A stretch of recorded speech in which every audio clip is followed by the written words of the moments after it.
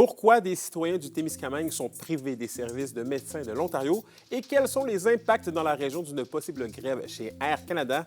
Voilà les questions qu'on s'est posées pour vous.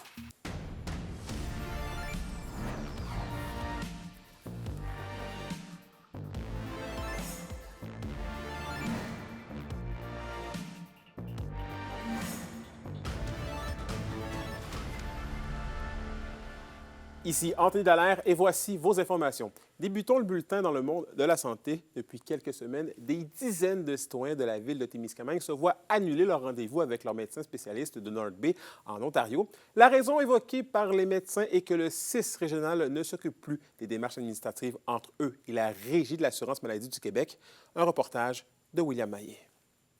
Tout le monde est impacté par ça. Là. Hélène Bordelot était suivie depuis 7 ans par un gastro-entérologue de North Bay. Comme plusieurs citoyens de Témiscamingue, ses rendez-vous avec son médecin spécialiste ont été annulés du jour au lendemain. On se retrouve probablement sur une liste d'attente au Québec, mais on ne sait pas dans combien de temps on va avoir droit à nos services de suivi comme on avait avec les médecins de l'Ontario. C'est des dizaines et des dizaines de personnes. J'en ai dans mon bureau en pleurs, en furie. Ça tremble. On parle des gens dans 75 dans 85 souvent, qui sont pas outillés pour remplir des formulaires, faire des téléphones, se battre pour eux-mêmes. Depuis plus de 30 ans, les citoyens font affaire avec les médecins de North Bay, situés à un peu moins d'une heure de Témiscamingue. Mais depuis le 1er août, sans avoir informé à l'avance la population, le CISAT ne fait plus les démarches administratives pour le remboursement des frais avec la Régie de l'assurance maladie du Québec, la RAMQ. C'est ce qui a poussé les médecins ontariens à ne plus accepter les patients québécois. À la base, je l'ai appris, comme à peu près tout le monde, sur Facebook. De débarquer d'une pratique passée comme ça, sans avertissement, c'est tellement un manque de leadership, un manque de gestion. Pour le CIS régional, d'arrêter de servir d'intermédiaire entre les médecins de North Bay et la RAMQ ne devrait pas pour autant faire en sorte de leur jeter le blâme. C'est pas nous qui est responsable de la décision de cesser de rendre les services. On n'empêche absolument pas ces services-là d'être rendus. Le maire Alain Gauthier a fait appel à la santé publique pour attitrer une équipe à l'accompagnement des patients de Témiscamingue qui sont dans l'incertitude. Parce qu'il y a des émotions, du stress à gérer. Je veux dire, c'est de la santé publique qui est question. C'est même plus la question d'une gestion d'un système de santé. Il a prouvé qu'il était déficient de ce côté-là. Le maire de Témiscamingue rencontrera la semaine prochaine l'Association des médecins responsables de ceux de North Bay. Il continuera également à mettre des pressions sur les instances de santé provinciales pour s'assurer que cette population est des suivis. William Maillet, RNC Nouvelles, Témiscamingue. Et parlons voyage maintenant. À l'aube d'une menace de grève des agents de bord d'Air Canada, certaines agences de voyage commencent à ressentir les impacts. Voyage Globalia de Rouyn-Noranda fait déjà face à la situation. Un reportage d'Olivier Morin.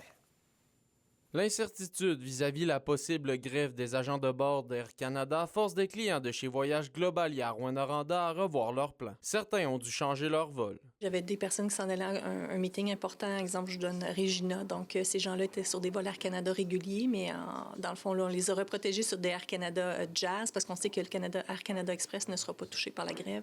Donc, Air Canada Jazz et PAL Airlines. Donc, on a reprotégé ces gens-là pour leur déplacement de la semaine prochaine, mais comme il restait que de la classe affaires, bien, les gens, c'est sûr que ça fait des frais à ce moment-là à payer. Et d'autres ont misé sur d'autres options, comme de déplacer leur voyage de quelques semaines. En fait, il y avait la possibilité de changer leur voyage à partir du 21 août. Donc, quelqu'un qui partait entre le 15 et le 18 août avait la possibilité de changer sans frais son voyage pour un départ 21 août jusqu'au 12 septembre, à l'intérieur de ces dates-là. Mais certains pourraient devoir se trouver de nouveaux vols, car Air Canada pourrait ne pas être en mesure de trouver des plans B en cas de grève. Si Air Canada n'est pas possible, premièrement, eux vont essayer de reprotéger tous les clients sur des vols alternatifs, mais comme on est quand même dans une saison assez touristique, les vols sont quand même assez pleins. Si jamais ils ne sont pas capables de le faire, bien, ils vont rembourser les billets, puis à ce moment-là, les gens vont nous appeler, ceux qui ont fait affaire avec nous, pour pouvoir leur rebooker d'autres vols. L'agence travaille également à aider les clients qui pourraient demeurer coincés dans le pays où ils se trouvent. On est capable de faire ça aussi, de les assister pour des hébergements, tout ça. Et puis, bien, avec l'Office de la protection du consommateur, ils sont en règle après pour faire les réclamations là, pour les frais anticipés là-bas dû à un retard ou une annulation de vol. Malgré la menace de grève qui plane, la directrice générale de Voyage Globalia a bon espoir qu'une entente survienne d'ici ce soir minuit. Olivier Morin, RNC Nouvelles, Rouyn-Noranda.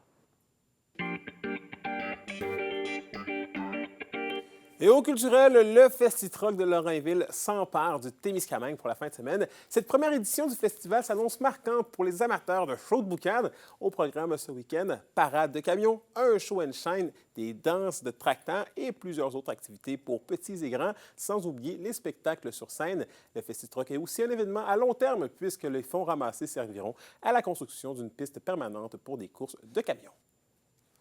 C'est assez excitant. Je repensais à ça cette semaine. Colin, en novembre l'année passée, on parlait de ça. On dit, OK, il faudrait bien qu'il se passe quelque chose, qu'on ne perde pas le festival de camions qui est au Témiscamingue. Il y a un engouement pour ça. Il y a beaucoup de camionneurs au Témiscamingue. Fait que là, un paquet de personnes se sont réunies et ont dit, oui, on va faire un festival. Fait que, OK, on se lance là-dedans, puis là, on part de zéro. Fait que tout est à faire. Les commanditaires, les démarches pour s'incorporer. Mais non, on est super contents du peu de temps qu'on a eu puis du résultat qu'on a. Et au sport, c'est au centre Annie Coué-Gold que se tient présentement le camp de développement des Foreurs de Val-d'Or. D'ailleurs, hier soir, les Huskies étaient en ville pour disputer un match préparatoire et c'est la Meute qui l'a finalement emporté 3-2 en tir de barrage. Zachary Desrosiers nous fait le bilan. Arrivé mercredi en fin de journée, les jeunes espoirs ont sauté sur la glace dès le soir même, enchaînant 2 entraînements avant de disputer jeudi un premier match préparatoire contre les Huskies de Rouyn-Noranda. La Meute a poursuivi sa séquence de victoires face aux Foreurs avec un gain de 3-2 en tir de barrage, mais l'équipe valdorienne a tout de même offert une solide performance selon son entraîneur. J'ai trouvé qu'on a eu un bon départ hier là, durant le match. Je trouve que les gars étaient engagés. Plus ça allait durant le match, plus que la cohésion. En traite, on n'a pas fait beaucoup de parties. C'était notre première, on n'avait pas fait. On avait eu seulement que deux entraînements, 2 pratiques. Donc, je trouvais que plus ça allait, plus il y avait de la cohésion entre les lignes, entre les joueurs. Après un seul match, la rivalité avec les Huskies persiste toujours. Assurément, c'est tout le temps des bons matchs contre les Huskies. Puis j'ai aimé ce que j'ai vu hier, un petit peu de brasse camarade, un petit peu d'escarmouche. C'est normal, ça fait partie de la game. Puis les gars, en même temps, les gars, ils jouent leur place. Ils veulent être invités avec les vétérans dimanche. Donc, c'est normal qu'il y ait ce genre d'intensité-là. Parmi ceux qui cherchent à se démarquer, Sheldon Rioux. Pour le jeune attaquant, c'est une toute première expérience dans un camp junior majeur. Je pense que j'ai bien joué. C'était un gros ajustement, pareil, là, mais de la première jusqu'à 3e, je pense que ma game s'est améliorée. Fait que j'ai trouvé ça bien fun, puis juste plate qu'on n'a pas gagné. Rioux visait d'abord un parcours exclusivement aux États-Unis, mais un changement de règlement lui a ouvert la porte vers la LHJMQ. J'ai toujours voulu jouer universitaire aux États-Unis, fait que je pensais jamais venir ici, mais quand la règle de la CHL a changé, mais j'ai commencé à parler avec les Foreurs, puis regarde, là, j'étais encore au camp d'entraînement, mais ce serait très le fun de jouer dans la Ligue junior majeure. Ce soir, les Foreurs prendront la route vers Rouyn-Noranda pour y disputer un deuxième match. 8 nouveaux joueurs absents la veille feront leur entrée dans la formation afin que tout le monde puisse se faire valoir.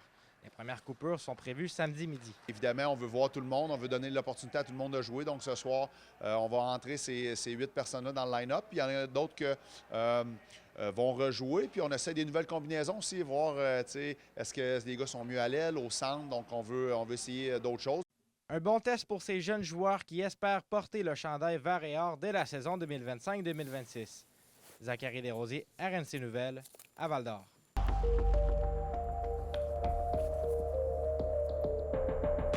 Et à la météo de la BTB-Témiscamingue pour ce soir et cette nuit, c'est quelques nuages avec un minimum de 17 degrés Celsius pour la BTB et de 19 degrés Celsius pour le Témiscamingue.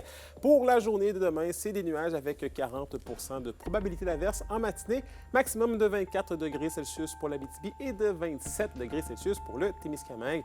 Et finalement, en aperçu pour dimanche, c'est du soleil avec des maximums de 18 degrés Celsius. Et voilà, c'était vos informations régionales. Merci encore une fois d'avoir été des nôtres ce soir. Nous, on se dit bien évidemment à lundi pour la suite des choses. D'ici là, prenez soin de vous. Bon week-end.